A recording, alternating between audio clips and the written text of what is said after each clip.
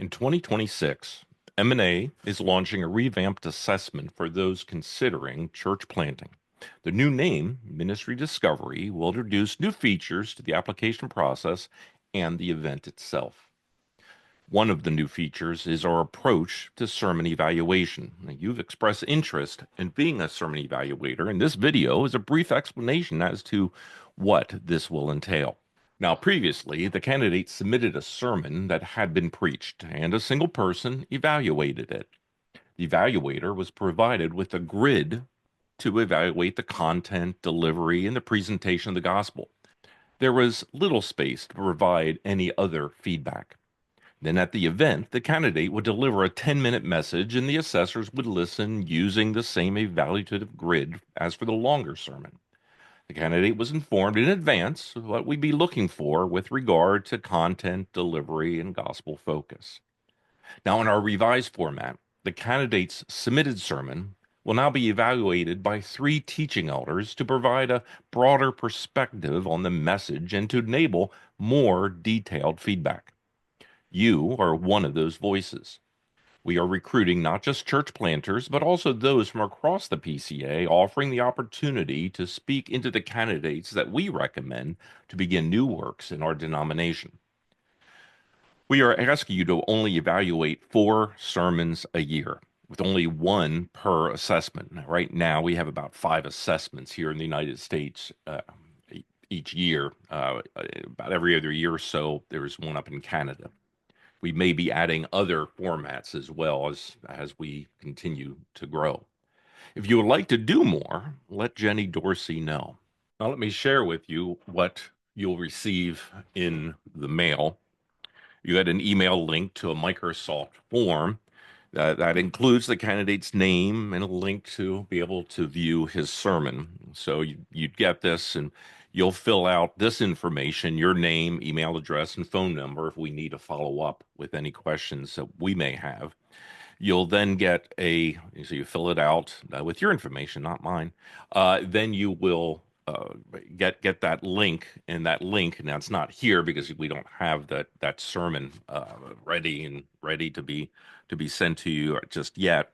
Now, since ministry discovery is designed for candidates to explore whether church planting is really for them, we do not divulge their identity. We do promise them we will keep it just within this circle. So if you agree to do this, you are not to discuss whose sermons you're evaluating or what you thought of them, except for what you place on this form. So on this form, you'll have 3 sections. There's the gospel focus, the content, and the delivery that's there, and it's on a Likert scale, 1 to 5. And so as you're listening to it, fill out these things with regard to gospel focus. Was Christ central to the ideas and the application of the sermon? Was the content of the gospel clearly defined, explained, and applied? Was it relevant to both non-Christians and Christians alike? And is the application redemptive, that is not legalistic? And then identify that. Then you'll also be looking at, as far as the content, and there are 3 sections here. Does the sermon explain the text in a relevant way? Is there evidence of a clear, big idea throughout the sermon?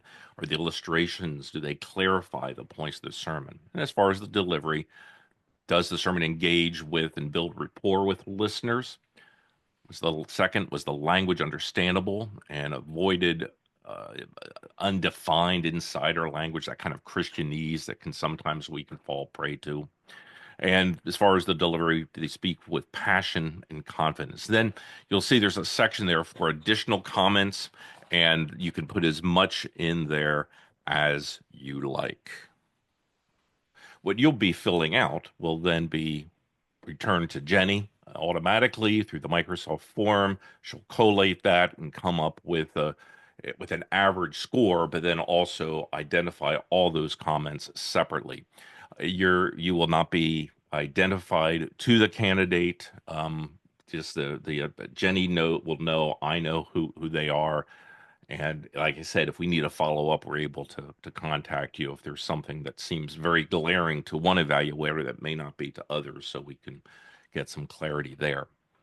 So, in the place of that homily at the event, the church planter candidates will be given a passage in advance, and then we will gather them in small groups of 3 or 4 with a few of the assessors, and we're going to ask them just give us a 60-second overview of how to present that passage. So, in a sentence or two, what's the big idea, the main focus? Then clarify where that passage sits in the storyline of Scripture. Describe the main movements, the turning points in the passage. Then, as a group, we want to help them interact with this, how they would, how this text points us to the personal work of Christ, his life, death, resurrection, reign, return, and then the danger of preaching this passage without explicitly connecting it to Christ. We will talk about where the bad news is or the problem that's in the text. And of course, what is the good news according to the text? And how would you say it in plain, simple language for someone perhaps new to the church without ignoring those who are mature in the faith? The assessors will evaluate their responses, and together with the scores you provide, the sermon tally will be calculated and included in their final assessment that they will receive after they attend. Now, I really greatly appreciate your service to our denomination in this manner. If you have any questions, let me know.